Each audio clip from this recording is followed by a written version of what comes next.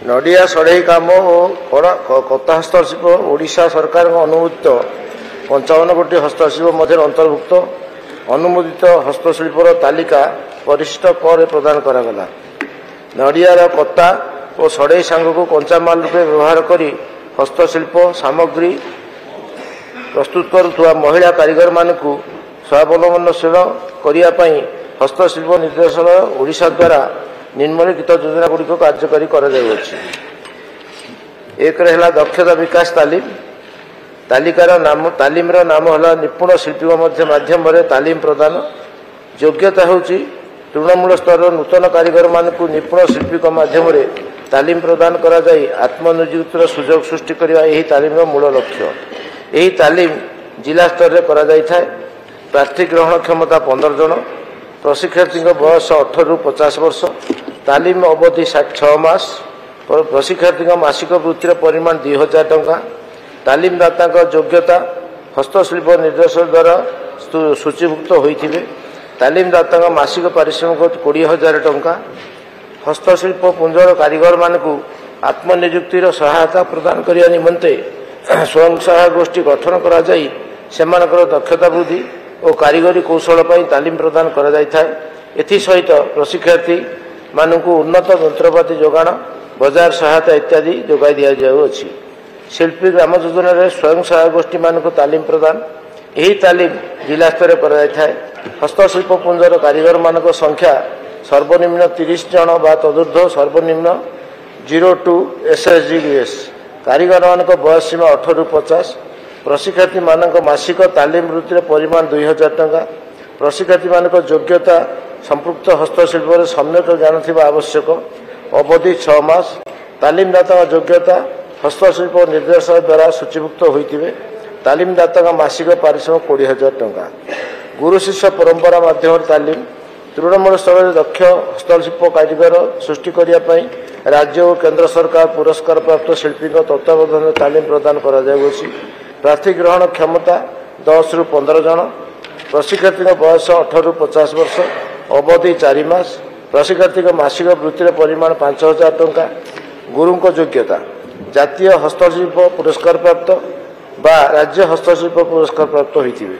गुरु मासिक पारिश्रमिक 30,000 टंका, जातीय पुरस्कार प्राप्त 25,000 टंका, राज्य पुरस्कार प्राप्त। नमूना विकास पर तालीम प्रदान बाजार चाहिदा मुताबक हस्तशिल्प सामग्री प्रस्तुत प्रोत्साहन जोगाइबा लक्ष्य रे हस्तशिल्प पुंज गुड़िक नमूना विकास कार्यक्रम डिजाइन मानक द्वारा आयोजित करा जाउछि। विपणन सहायता उत्पादित सामग्री को उचित मूल्य रे बिक्री करने विभिन्न जातीय राज्य और जिला स्तर में विभिन्न प्रदर्शनी मान आयोजन यही प्रदर्शन में भाग नेउथुवा कारीगर मानकु निम्नलिखित सहायता गुड़िक प्रदान कर जाउछि। निःशुल्क स्टल जोगाण, गस्त खर्च प्रकृत खर्च अनुଯାयी दिया जाए। दैनिक भत्ता हूँ 300 टंका राज्य भितर, 400 टंका राज्य बाहर। सामग्री परिवहन 500 टंका रु 1500 टंका। एतद व्यतीत हस्तशिल्प कारीगर मानक ठारू उचित मूल्य रे हस्तशिल्प सामग्री उत्कलिका द्वारा क्रय करा जाई उत्कलिकार राज्य भितर 10 गोटी और राज्य बाहर 6 गोटी शाखा मानक विक्रय करा जाउछि। शिल्पी उन्नति योजना हस्तशिल्प कारीगर मानकु सेमानकर निजस्व उत्पादन पई केंद्र प्रतिष्ठा पई बैंक माध्यम ऋण जोगाई दिया जाई उक्त राशि उपरे अंशधन बाबद को प्रकल्प मूल्यर 20% सरकार रिहाती प्रदान करा जाउछि। बयस हूँ 18 रु 60 वर्ष। योजना अंशग्रहण योग्यता पारंपरिक किंबा तालीम प्राप्त हस्तशिल्प कारीगर। आवेदनकारी ऋण खिलापकारी होई नथिबे। कारीगर निजस्व अंशधन प्रकल्प मूल्यर 5% होइथिबो। प्रकल्प राशि परिमाण सर्वाधिक 50,000 टंका, सरकारी अनुदान बा रिहाती सर्वाधिक 10,000 टंका। हस्तशिल्प कारीगर मानकु कर्मशाला जोगाण हस्तशिल्प कारीगर मानकु कर्मशाला जोगाण निर्माण निमंते आर्थिक सहायता प्रदान करा जाउछि। कर्मशाला क्षेत्रफल 240 वर्गफुट, आर्थिक सहायता परिमाण 1,20,000 टंका। हिताधिकारी नाम हस्तशिल्प कारीगर सर्वे तालिकार अंतर्भुक्त थिबो। हिताधिकार वार्षिक आय 1 लाख टंका ऊर्ध्व होई नथिबो।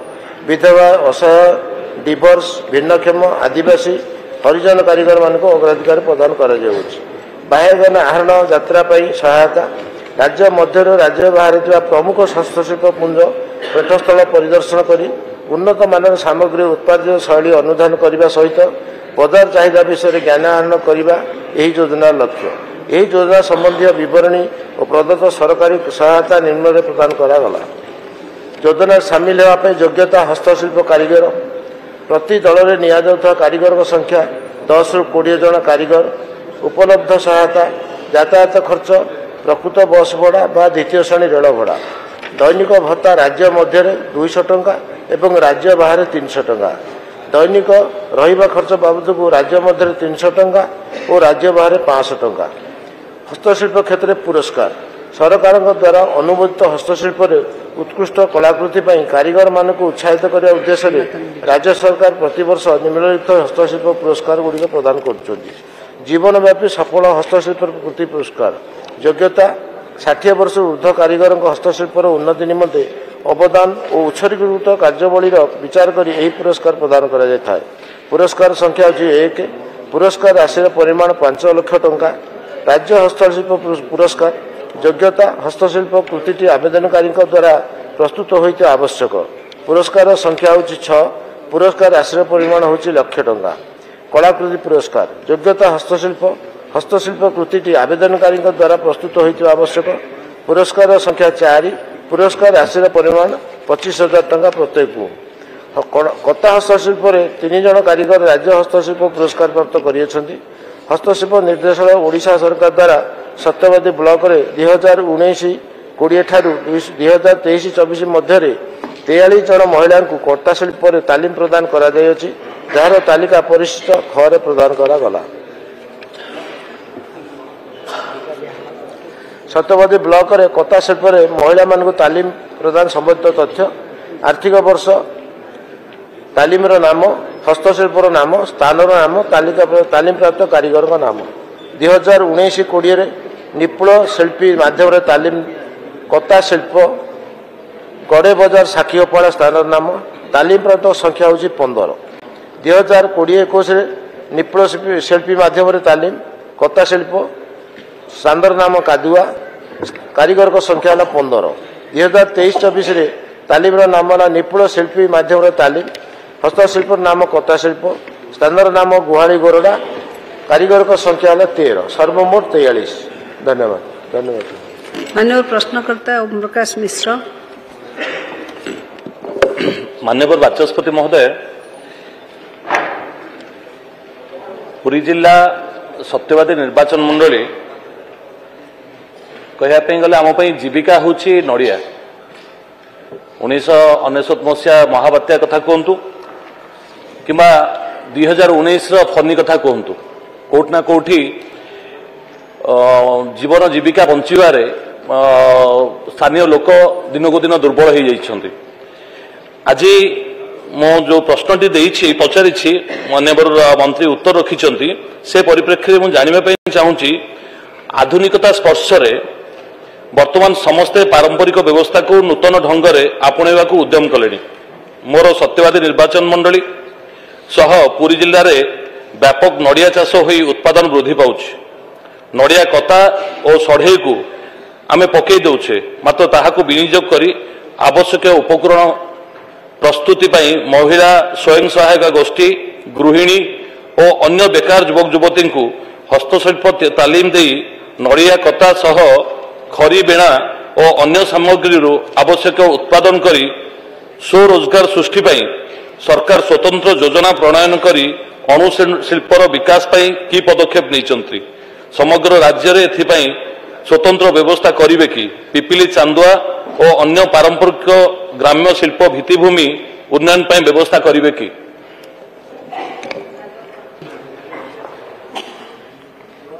कौन अच्छी माननीय विधायक जहाँ पचारे आम सर्वे करूँ सर्वे कर लिखित कर जनईदेवु एवं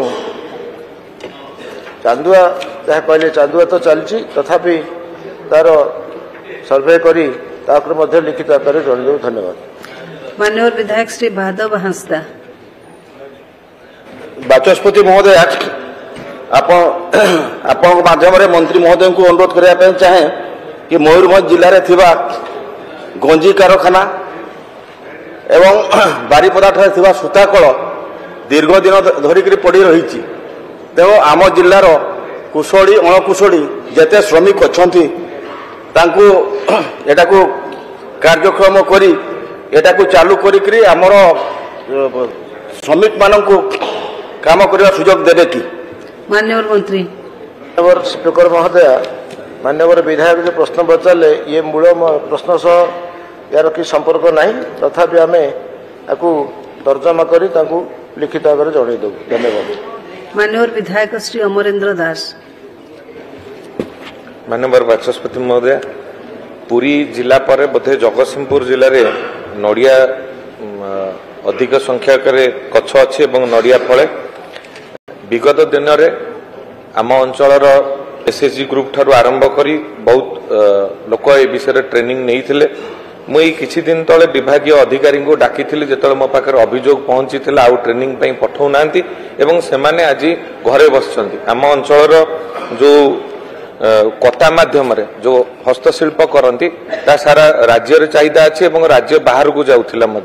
आज मोर मंत्री की अनुरोध जमती मांडिया जितेबाला आम जगतसिंहपुर हुए ना किंतु मांडिया पठेकरी सेठी मिशन शक्तिर काफे करी जो भली भाव में विभिन्न प्रकार मांडियार सामग्री प्रदान करा जाउची। जदि सेही भली भाव में कथा आज तांकर कहवा कथा जे नड़ियाटा बिक्री अपेक्षा पैडर दाम अधिका रोचे से नड़िया जाए रोना तेणु कता अवेलेबल ना। तेणु कता जोगे देवा सहित से कुशली श्रमिक मानक रोजगार किभली भाव में प्रदान करा प्रति मंत्री ध्यान देवे कि? मान्यवर मंत्री। मान्यवर स्पीकर महोदय, मान्यवर विधायक जो प्रश्न पचारे यार मध्य ट्रेनिंग कता उपर दि जाउछि आउ अन्यान्य जहाँ तंकर असुविधा होछि आमे तंक सहित आलोचना करी तार समाधान करी। मान्यवर विधायक श्री संतोष खटुआ। बाचस्पति महोदय,